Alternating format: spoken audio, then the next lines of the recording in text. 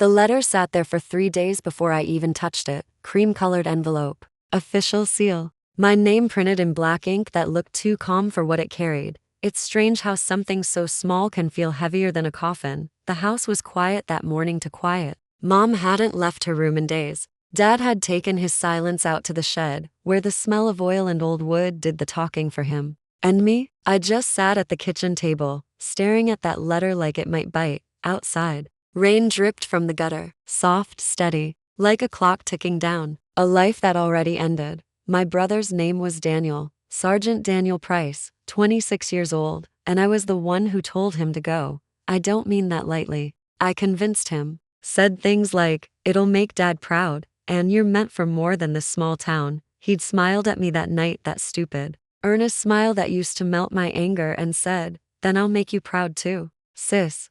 I didn't know those would be the last words he'd ever say to me in person. Now, every time I close my eyes, I see the back of his head as he walked away from the porch. Duffel bag slung over his shoulder, flag pinned to his sleeve, rain just starting to fall. I yelled something at him, something cruel. Maybe if you cared about your family half as much as your country, you'd stay. He didn't look back. That's the moment that rewrote my life. The letter in front of me was from the army. His unit, they'd already called. Of course, said all the things they're trained to say. "We regret to inform you. Hero, sacrifice, freedom." But this was different. This was personal. It had his handwriting on the back, and that terrified me. I reached out, fingers trembling, then pulled back like it burned. I'd rather keep the pain I knew than open a door to one I couldn't control. My coffee had gone cold. My reflection in the window looked older, meaner, a face carved out by guilt. "You should read it." Mom's voice cracked behind me.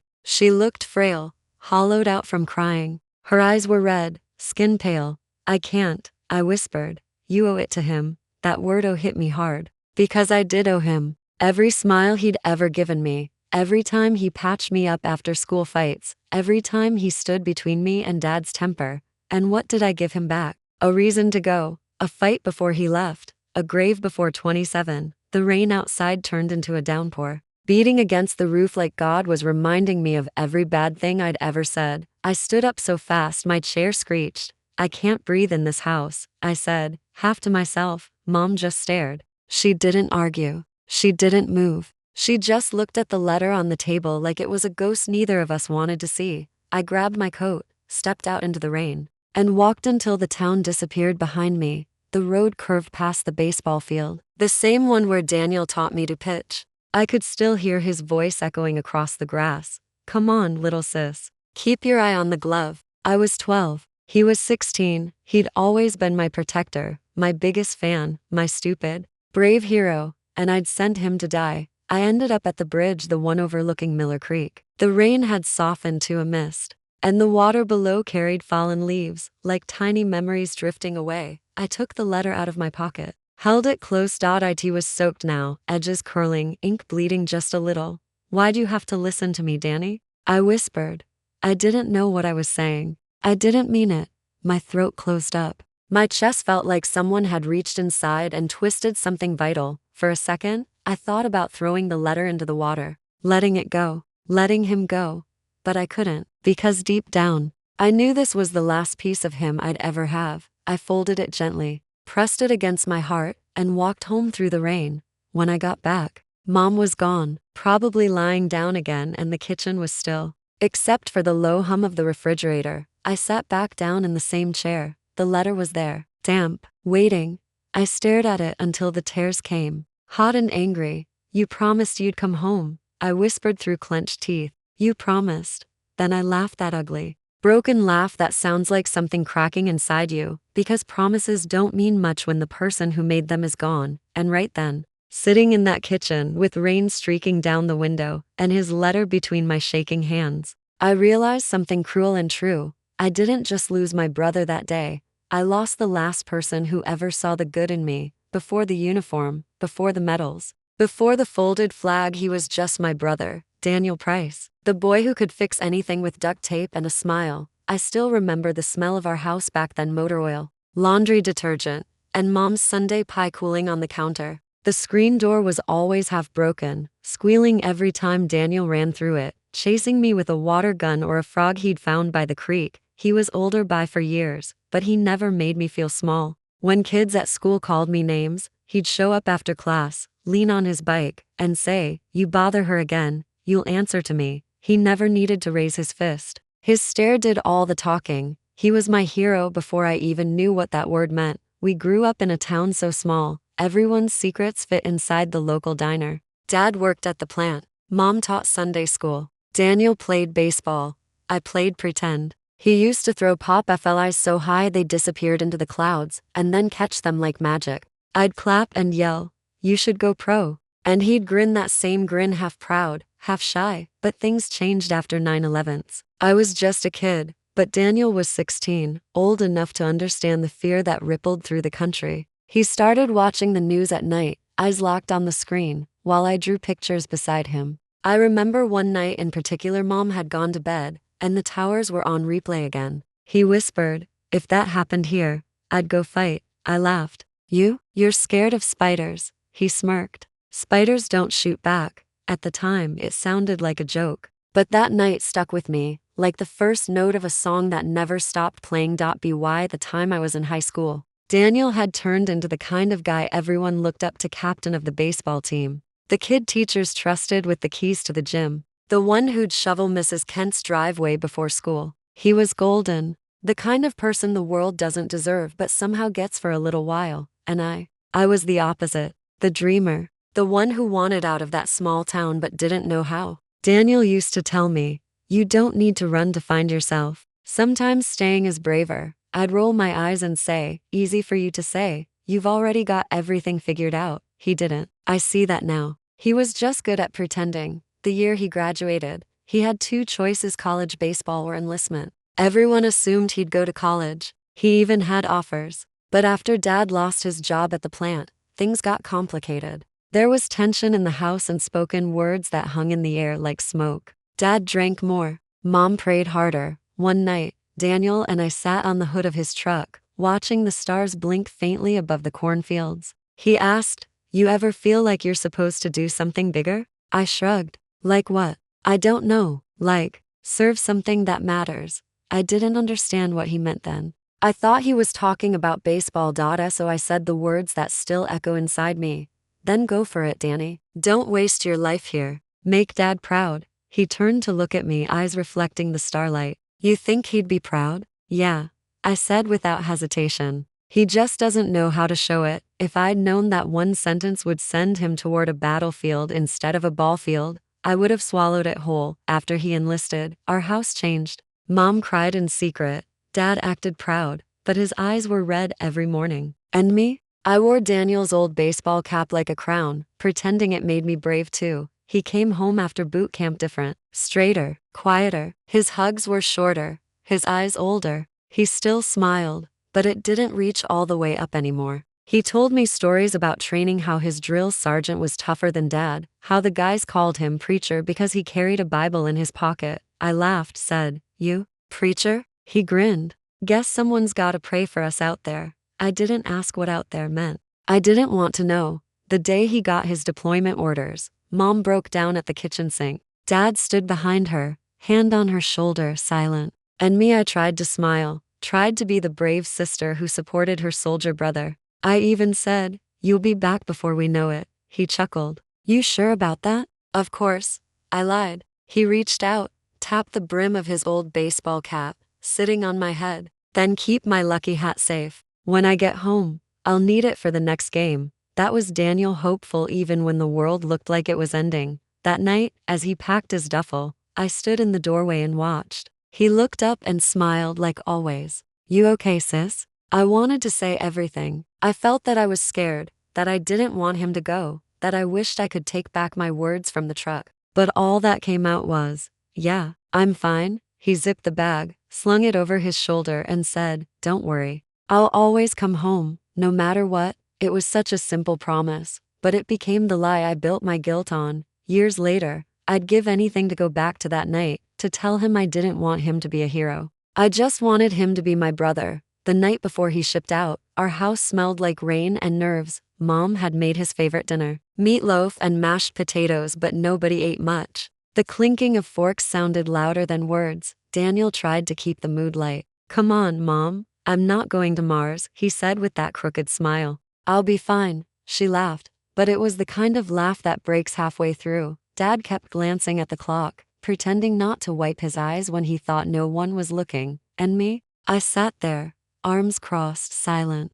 I don't even remember what made me so angry that day. Maybe it was fear. Maybe it was pride. Probably both. When dinner was over, Daniel pulled me aside in the hallway. "You okay?" he asked softly. I shrugged. "Sure." He waited, but I didn't say more. So he said, "You could at least say you'll miss me." And that's when something in me snapped. "Miss you? You're acting like this is some adventure movie, Daniel. You're not a hero. You're just running away." The words came out sharper than I meant them to. But once they were out, I couldn't take them back. He stared at me, really stared, and I saw the hurt bloom behind his eyes. "Running away? You think that's what this is? You're leaving us?" I shot back. "Mom's falling apart. Dad can't hold it together, and you just get to leave. You just get to disappear into a war that isn't even ours." I didn't mean it. I didn't mean any of it. But it felt like if I said enough angry things, maybe he wouldn't go. Maybe he'd see how scared I was to lose him. But that's not how Daniel worked. He took a step back, jaw tight, trying to keep calm. "You think I want to leave? You think I haven't thought about Mom or Dad? Or you? Then why do it?" I shouted. "Because somebody has to." His voice cracked, raw with frustration. "Because it's the right thing to do." We stood there, breathing hard. Two people who loved each other too much to say it right. Finally, he whispered, "You'll understand someday.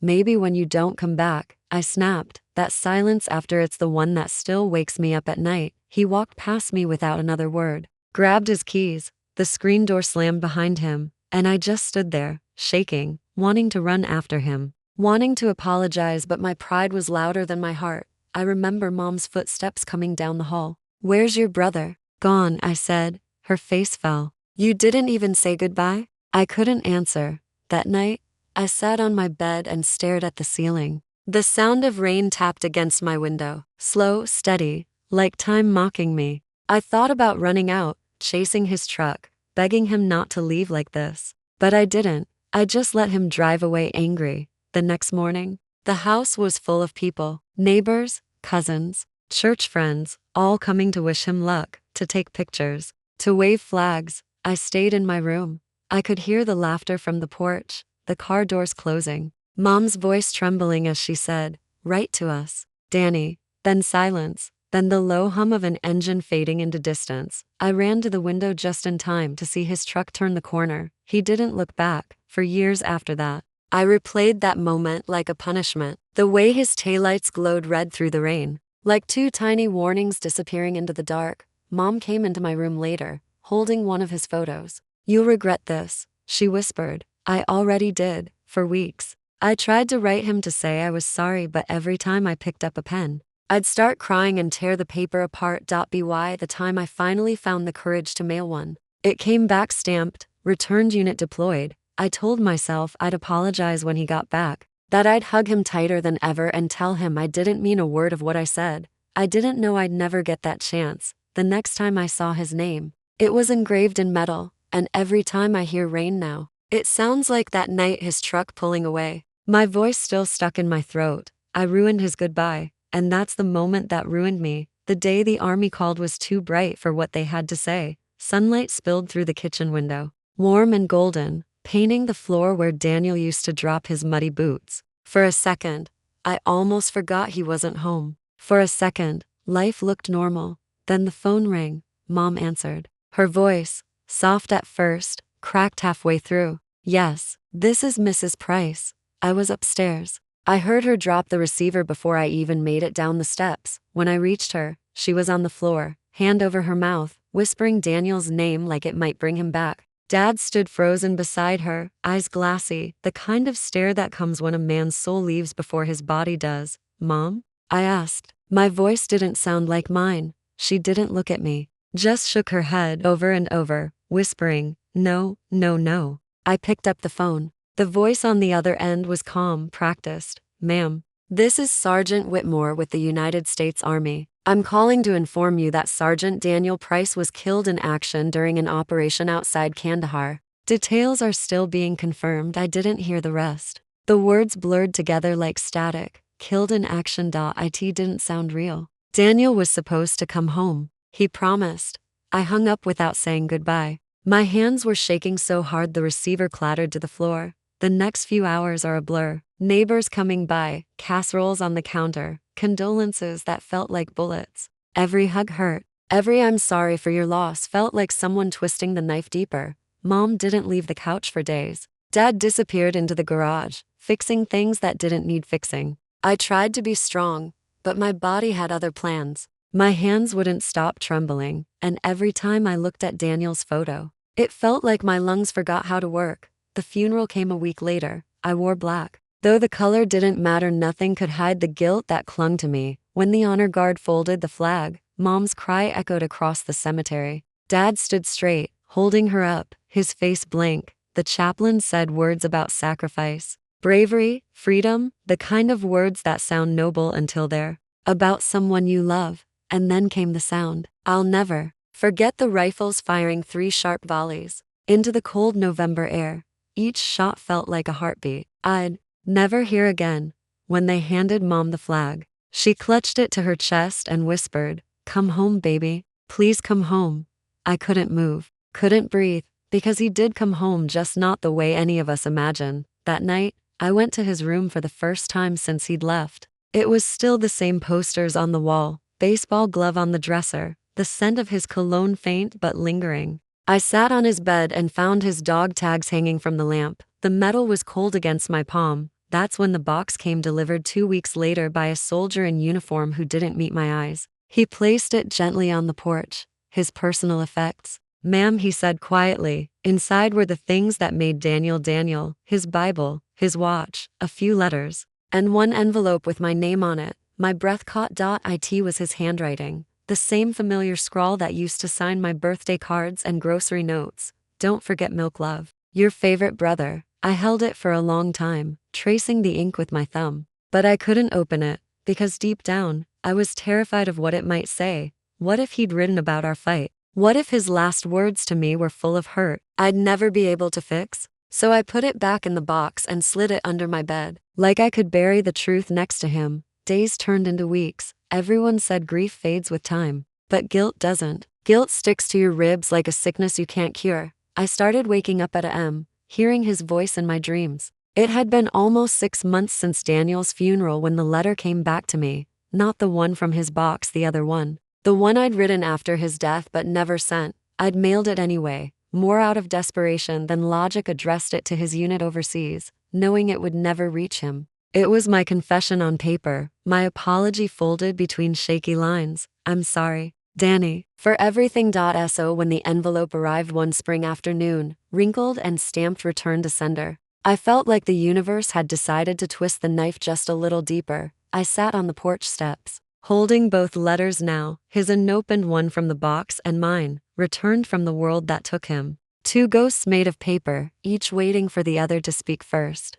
That night, I couldn't sleep. The house felt too quiet to hollow. Mom was asleep in her chair, the TV flickering soft blue light across her face. Dad was out in the shed again, tinkering with a radio that didn't even work. I crept upstairs to my room, pulled out the box, and set it on my desk. Dust had gathered on the lid like it had been waiting for this moment too. When I opened it, the smell hit me, a faint mix of oil and pine, Daniel's cologne clinging to the air like memory. His Bible, his watch, his photo, and the letter, that same cream-colored envelope with my name on it. Written in his uneven scrawl, "Anna." He never called me Anna, always Sis. Seeing my full name in his handwriting felt formal, final. My hands trembled as I slid my finger under the seal. The paper inside was thin, folded twice. I took a breath that felt like it might shatter me and started to read. "Hey sis, if you're reading this, I guess things didn't go the way I hoped. Don't freak out, this isn't some dramatic goodbye. Just insurance. The chaplain says it's good for us to write these, in case something happens. I know you're probably angry. Or worse, blaming yourself. Don't. You didn't send me here. I made my own choice. You just believed I was strong enough to handle it. And that means more than you'll ever know.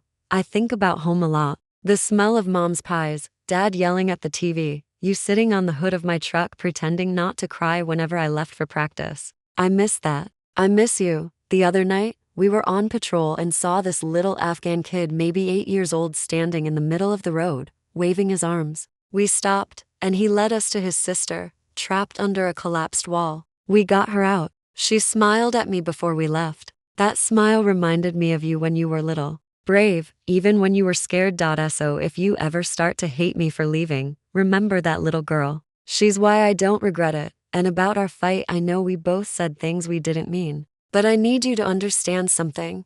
You didn't push me away. You pushed me forward. You gave me a reason to be better. That's what big brothers are supposed to do, follow their little sister's lead once in a while. Tell mom I kept my promise, just not the way she expected. I came home in spirit because home isn't a place anymore. It's people. It's you. Love you always. Danny didn't realize I was crying until the ink started to blur under my tears. All that time, I'd built this story in my head that Daniel died angry at me, that my words sent him to his death. But he'd already forgiven me before I even knew how to ask. I sat there for hours, reading and rereading, tracing every letter, like I could touch him through the page. When morning came, sunlight poured through the blinds, soft and golden, just like the day we lost him. But for the first time, it didn't hurt as much to breathe. Mom found me at the table, the letter beside my coffee mug. She picked it up, read the first few lines, and broke down. He always loved you most.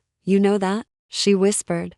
I nodded. I didn't, not until now. Later, I placed his letter inside a frame, right beside his photo on the mantle. I kept my returned envelope too, the one the world had sent back, because, in a way, both of them had come home to me. For years, I thought forgiveness was something someone else had to give you. But that morning, staring at his words, I realized sometimes it's a letter that forgives you first. It took me years to face the letter. By then, the house was quieter, the walls thinner, and every picture of Daniel felt like it was watching me. Mom still set a plate for him every Thanksgiving. Dad talked less and less until silence became his only language. And me? I pretended to move on. New job, new apartment, new city. But you can't outrun a ghost you created yourself. One rainy night, the kind of night Daniel always loved because he said thunder made him feel alive, I found myself digging through the same box I swore I'd never open again. The letter was still there, yellowed, edges soft from the years I'd traced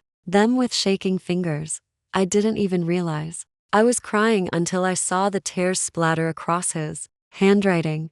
I sat down, took a breath, and finally broke the seal. Hey kid, if you're reading this, it probably means I didn't make it home. I froze. My hands trembled, but I kept going. Don't you dare blame yourself. I mean it. You've been my best friend since we were old enough to get in trouble together. And I know how your brain works. You'll replay that last argument, twist it until it eats you alive. Don't. You hear me? Don't. My vision blurred. Every word was him. His humor, his steadiness, his way of softening the sharpest truths. I left because it was my choice. You didn't push me away. You reminded me who I was. Someone who had to protect people, even when it cost something. You were right to be scared for me. I was scared too. But I needed you to understand that some things are worth the fear. A sob clawed its way out of me. For the first time since he died, I didn't try to stop it. Take care of mom and dad for me. And live, okay? Not half alive. Not hiding. Don't let my death be the end of your story. Promise me that. At the bottom, his signature love. Daniel. That's when it hit me. All these years, I wasn't honoring his memory. I was punishing myself for surviving. I folded the letter carefully, pressed it to my heart, and whispered, I promise. The next morning, I drove to his grave for the first time in years. The grass had grown over, the marble faded, but his name still carved the air like a wound that never fully healed. I placed the letter on the stone and sat there, rain soaking through my coat, waiting for forgiveness. That had already been written. I read it, I said softly. And I'm sorry it took me this long. The wind carried the scent of wet earth. And for the first time, the world felt lighter. I looked at the horizon, gray, endless, and full of rain, and realized Daniel had been right. Some things are worth the fear, and some promises, even broken ones, can still find their way home. I went back home that weekend. Not the apartment, not the city. Home. The one with the peeling porch paint and the wind chime Daniel made from bullet casings and fishing line. Mom never took it down. It still sang whenever the breeze passed through. When she opened the door and saw me, she froze just like the day Daniel left. But this time, I didn't hide behind guilt. I held up the letter, the edges still soft from years of waiting. I read it, I said. She didn't speak. She just reached out, her hands trembling as she touched the paper. Then my face, and for a moment, the air between us, that heavy, unbearable silence, cracked open. We sat at the kitchen table, the same one where Daniel used to carve his initials under the wood. The old clock ticked loud enough to fill every pause. I read the letter aloud. Every word, every breath, every line he'd written to free me from the prison I'd built. When I finished, Mom was crying quietly, the way mothers do when grief and pride collide. He knew you, she whispered. He always knew you'd carry this. I thought I killed him, I said. With words, with anger, with pride. She shook her head. No, sweetheart. You just loved him enough to hurt when he left. That night, I walked out to the backyard. The air smelled like rain and soil. Just like that night, I opened the letter. Fireflies hovered over the grass, flickering like small, patient souls. I sat by the old oak tree where Daniel and I used to bury our missions, our toy soldiers, our childhood dreams, our secret promises. This time, I buried something else, the guilt. I wrote on a small scrap of paper, I forgive myself. Then I pressed it into the dirt beside Daniel's old dog tags Mom had kept. The earth was cool against my fingers, almost tender. When I looked up, the moonlight filtered through the branches, silver and soft. And I swear for just a heartbeat I could hear his laugh. It wasn't the sound of haunting anymore. It was peace. I realized then that forgiveness wasn't something I needed from him. It was something he'd already given in that letter. In his love, in every memory that refused to fade. And as I stood there,